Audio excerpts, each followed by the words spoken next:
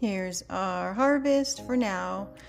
I just have to clean them. I'm going to put them in cold water and a splash of white vinegar. We're going to swirl them around, let them soak a few minutes, and then give them a final rinse and dry them out on a paper towel.